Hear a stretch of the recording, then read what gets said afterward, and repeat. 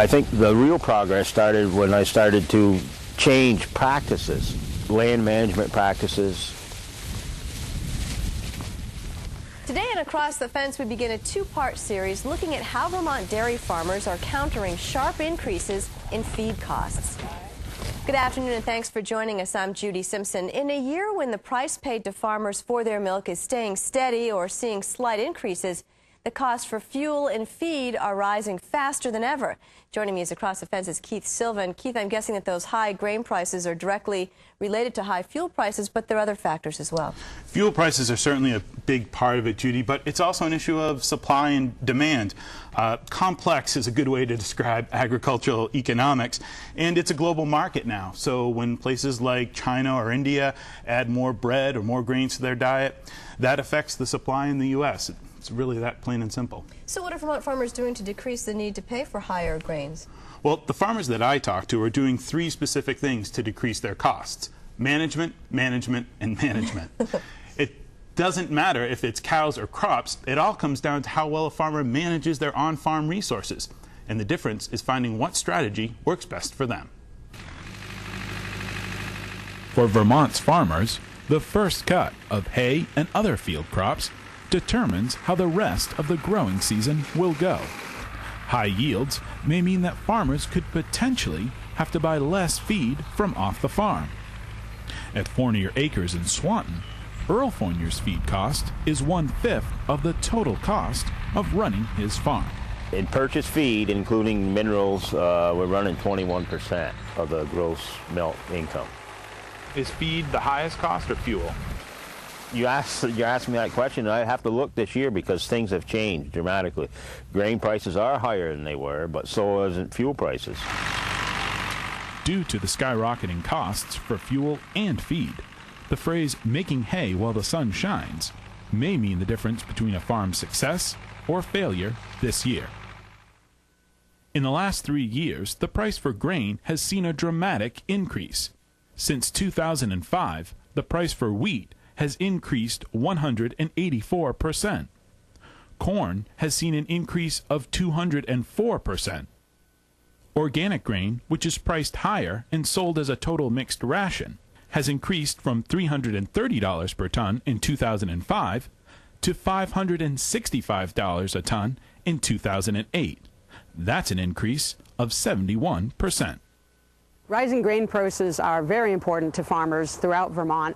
It eats into their profit margins. It eats in and increases their cost of production. On the dairy side, milk prices are doing okay. They're in between the $18, $19 range right now, and it looks like they may go higher later in the year. But the cost of producing the milk on the farm side has gone up. So even with a strong milk price, they may or may not be breaking even or making any money at this time. So it's very important. Farmers need to be as frugal as possible with that grain and also put up the best quality forages they can in these lovely summer months. There are a lot of other farmers that were doing this long before I had the courage to do it. Fournier milks about 90 cows on 220 acres. In 2003, he became a certified organic dairy farm. Fournier knew that he was going to have to change more than just his method of production if he wanted to stay in business.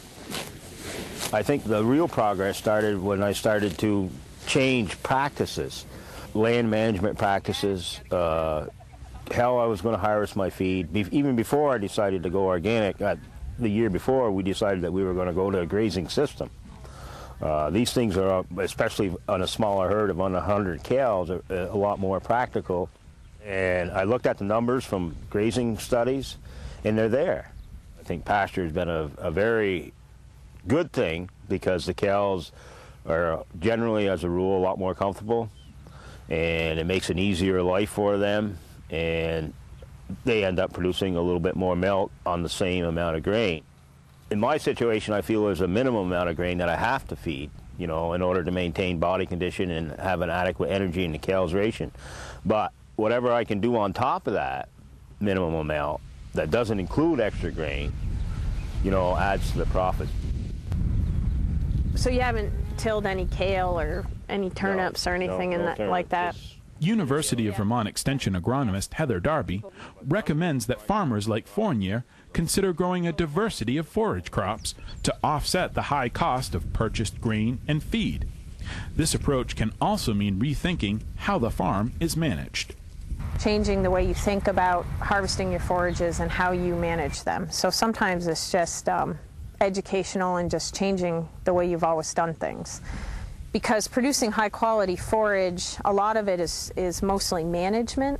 It doesn't even always take more inputs to do that. It's just, timing, getting it cut on time is probably the #1 thing people can do. Having a high diversity of forages out there, so different types of forages, because it creates a forage that has different types of nutrients, some that are high in energy, some that are high in protein, things like that. And managing the fertility, managing the manure, all the resources that you usually have on a farm already that you're using, but are you kind of using them properly and managing everything in the best way possible? By planting a diversity of forages and making sure that those crops are cut and stored quickly and efficiently, and by grazing his herd, Fournier is ensuring the success of his farm for the future. I consider this system to be more sustainable. We're bringing less inputs onto the farm, and we still have a fairly high output of milk. So I call that sustainable. Any farm to be successful in the future is going to have to do it that way.